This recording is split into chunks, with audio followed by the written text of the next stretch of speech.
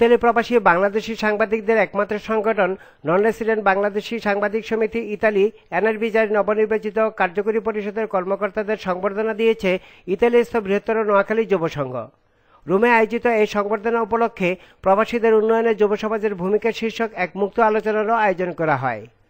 বৃহত্তর নোয়াখালী যুব সংঘের সভাপতি উমর ফারুকের সভাপতিত্বে অনুষ্ঠিত সংবর্ধনায় এনআরবিজার প্রধান উপদেষ্টা প্রবীণ সাংবাদিক লুৎফর রহমান, এনআরবিজার সভাপতি ইকবাল হোসেন, সাধারণ সম্পাদক হাবিবুর রহমান চূন্য, লাবণ্য অঞ্জন চৌধুরী, বৃহত্তর নোয়াখালী সমিতির সভাপতি আব্দুর রাজ্জাক এবং আওয়ামী লীগের সাধারণ সম্পাদক হাসান ইকবাল ও বিএনপির সাধারণ সম্পাদক আশরাফুল আলম অতিথি হিসেবে বক্তব্য রাখেন।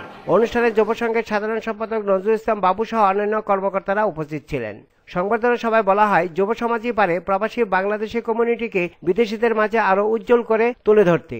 সাংবাদিক নেতারা যুব সমাজের যে কোনো ইতিবাচক কর্মকাণ্ড মিডিয়ায় তুলে ধরে সমাজ উন্নয়নে তাদের দায়িত্ব পালনের কথা পুনর্ব্যক্ত করেন। Hasan Mahmud, ATN Bangla, Rome, Italy.